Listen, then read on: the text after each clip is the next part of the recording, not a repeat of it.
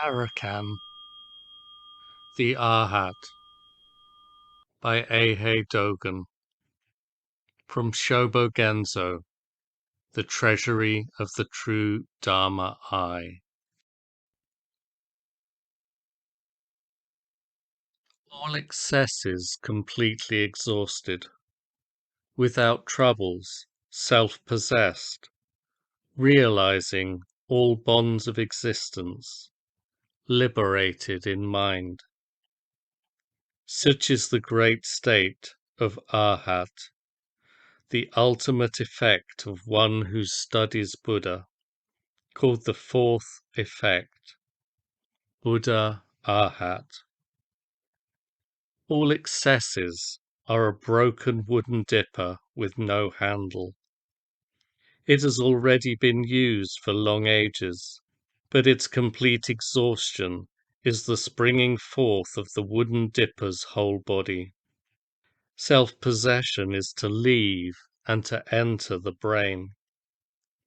Realization of all bonds of existence is the whole universe in 10 directions, never having been hidden. We investigate the form and grade of liberation of the mind, as high places being naturally balanced being high, and low places being naturally balanced being low, upon which basis fences, walls, tiles, and pebbles exist. The meaning of liberation is the mind as the manifestation of all functions. Without troubles means that troubles have yet to arise, that troubles are restricted by troubles. An Arhat's mystical powers, wisdom, balanced state of dhyana, preaching of Dharma, instruction, radiance of brightness, and so on, never to be likened to those discussed by non-Buddhists, celestial demons, and the like. Doctrines such as the Arhat seeing of hundreds of Buddha worlds must never be associated with the views and opinions of the common man. The principle here is, having just said that a foreigner's beard is red, there is also being the fact that a red beard is a foreigner. Entering nirvana is an Arhat's conduct of getting inside a fist. For this reason, an Arhat's conduct is the fine mind of nirvana, and is the place of no escape. Arhats who have entered their own nostrils are truly Arhats. Those who have never got out of or into their own nostrils are not Arhats. Of old it was said, "Now we are truly Arhats, causing all to hear the voice of the Buddha's truth." The point of this causing all to hear is to make all dharmas into the voice of Buddha. How could all refer only to the Buddhas and their disciples? All beings that have consciousness, that have intelligence, that have skin, have flesh, have bones, and have marrow. Causing these to hear is described as causing all. That which has consciousness and has intelligence means national lands, grass and trees, fences and walls, tiles and pebbles. Rising and falling, flourishing and fading away, living and dying, going and coming, all these here. But the basis for causing all to hear the voice of the Buddha's truth is not simply study of the whole world as an ear. Shakyamuni Buddha said, "If any of my disciples, calling themselves Arhats or Pratyeka Buddhas, neither hear nor recognize the fact that the Buddha Tathagatas instruct only bodhisattvas, they are not the Buddha's disciples, nor Arhats, nor Pratyeka Buddhas." The fact of the instruction of only bodhisattvas, of which the Buddha speaks, is the fact in "I and Buddhas in the 10 directions alone can know this fact." It is that Buddhas alone, together with Buddhas, are directly able to perfectly realize that all dharmas are real form, and it is Anuttara Samyak Sambodhi. This being so, the self-evaluation of bodhisattvas or Buddhas must be utterly equal to Arhats and Pratyeka Buddhas, calling themselves Arhats or Pratyeka Buddhas. Why?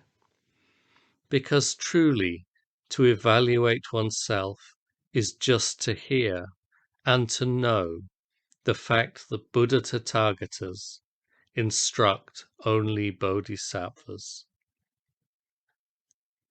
Of old it was said, in the Sutras of Shravakas, Arhat is the name given to the state of Buddha. The words expressed here are verification of the Buddha's truth. They are not mere speculation from the sentimental hearts of commentary teachers. They contain the standard which is universal to Buddhism. We must learn in practice the principle of calling Arhat the state of Buddha, and we must also learn in practice the principle of calling the state of Buddha Arhat. Beyond the effect of Arhathood, not a single atom or a single dharma of surplus remains.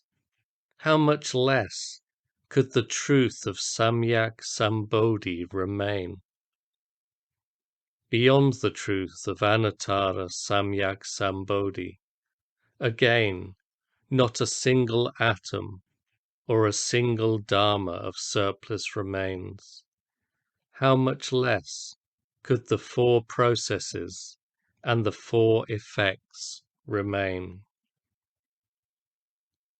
Just at the moment when Arhats are bearing all the dharmas upon their shoulders, these dharmas are, in truth, neither 8 ounces nor half a pound. They are beyond the concrete mind, beyond the concrete state of Buddha, and beyond concrete things. Even the Buddha's eyes cannot glimpse them. We need not discuss the 80,000 kalpas before or after. We must learn in practice the ability to gouge out the eye. If anything is surplus, the whole Dharma is surplus. Shakyamuni Buddha said, if these bhikkhus and bhikkhunis think to themselves, I have already attained the state of Arhat, this is my last life, ultimate nirvana, and then they no longer desire and pursue Anuttara Samyak Sambodhi, you should know that these are all people of lofty arrogance. Why?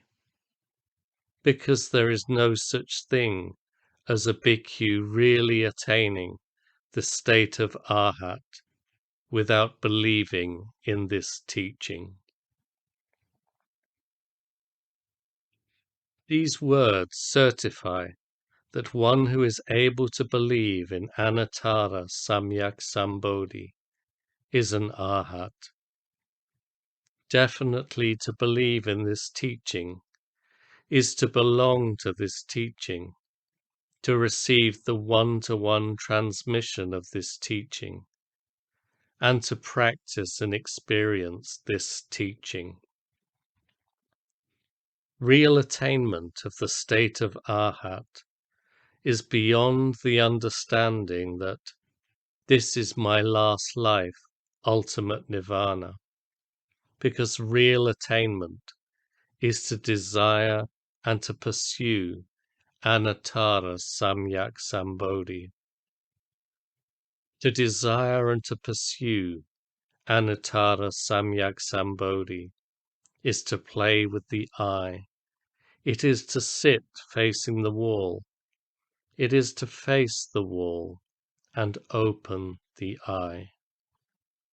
It is the whole world inclusively, and at the same time it is gods appearing, demons vanishing. It is the whole of time inclusively, and at the same time it is Arhats reciprocally throwing themselves into the moment. Such is to desire and to pursue Anattara Samyak Sambodhi, which is therefore to desire and to pursue the state of Arhat.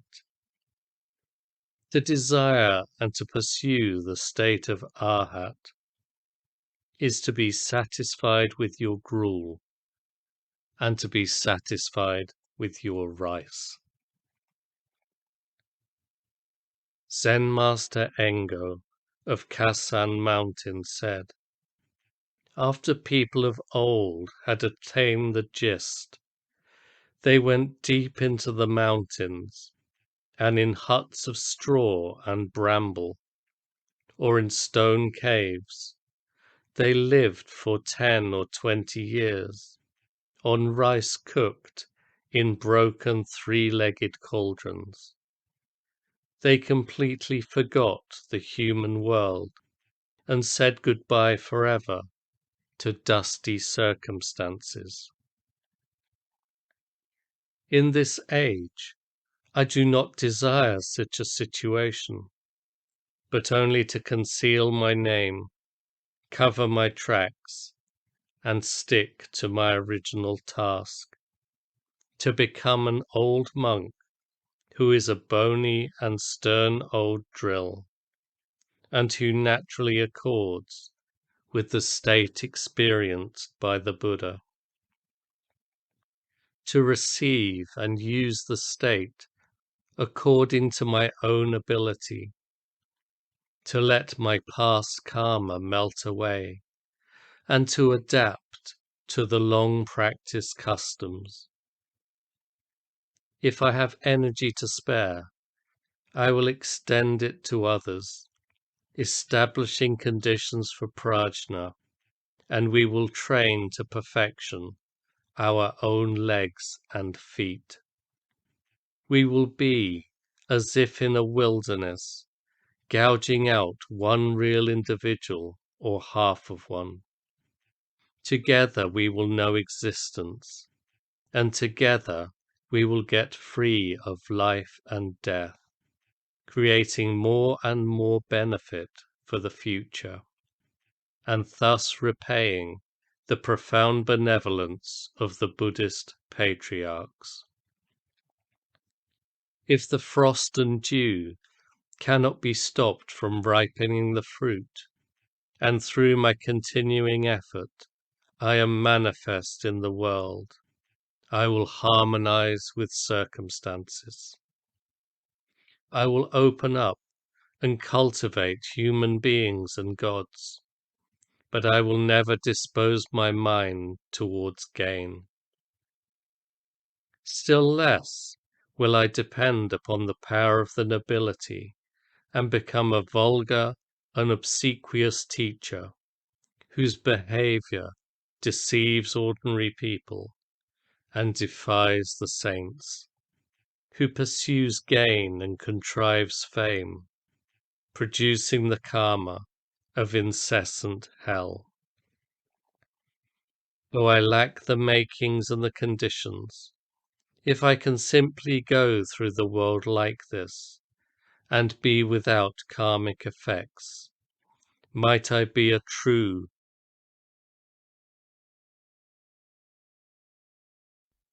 thus transcending Arhat. Thus, a genuine monk here and now is a true thus transcending Arhat. If we want to know the nature and form of an Arhat, we should know them like this. Do not deludedly consider the words of the commentary teachers of the Western heavens. Zen Master Engo of the Eastern lands is a Buddhist patriarch who is a rightful successor of the true transmission. Zen Master Daichi of Hyokujozan Mountain in Koshu said, "Eyes, ears, nose, tongue, body, mind. Each does not covet and is not tainted by all substantial things and immaterial phenomena. This state is called to be receiving and retaining a four-line verse, and is also called the fourth effect. A head-to-tail rightness, here and now, of the eyes, ears, nose, tongue, body, and mind, which are beyond self and others, is unfathomable.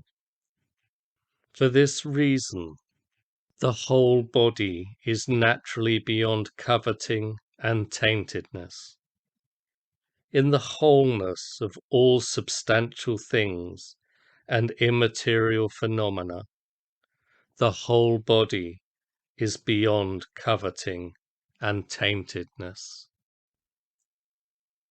The naturally whole wholeness of receiving and retaining a four-line verse is called beyond coveting and taintedness. This state is also called the fourth effect, and the fourth effect is Arhat. Therefore, eyes, ears, nose, tongue, body, and mind, which are realized here and now, are the state of Arhat itself. If we maintain basics and revere details, the state will naturally be transparent and free. To arrive for the first time at a solid barrier is to be receiving and retaining a four-line verse, which is the fourth effect. Right through to the top and right through to the bottom, the whole is being realized, and there is not the slightest remnant. Ultimately, if we want to express it, how can we express it? We can say, when Arhats are in the state of the profane, all things and phenomena disturb them, and when Arhats are in the state of the sacred, all things and phenomena liberate them. So we should know that Arhats and things and phenomena are in the same state. Once we have experienced Arhat, we are restricted by Arhat. Thus, since before the king of the Kalpa of emptiness, Arhat has been an old fist. Preached to the assembly on the 15th day of the 5th lunar month, in the summer of the 3rd year of Ninji, while residing at Kanondori Kosho Horinji Temple in the Uji district of Yoshu.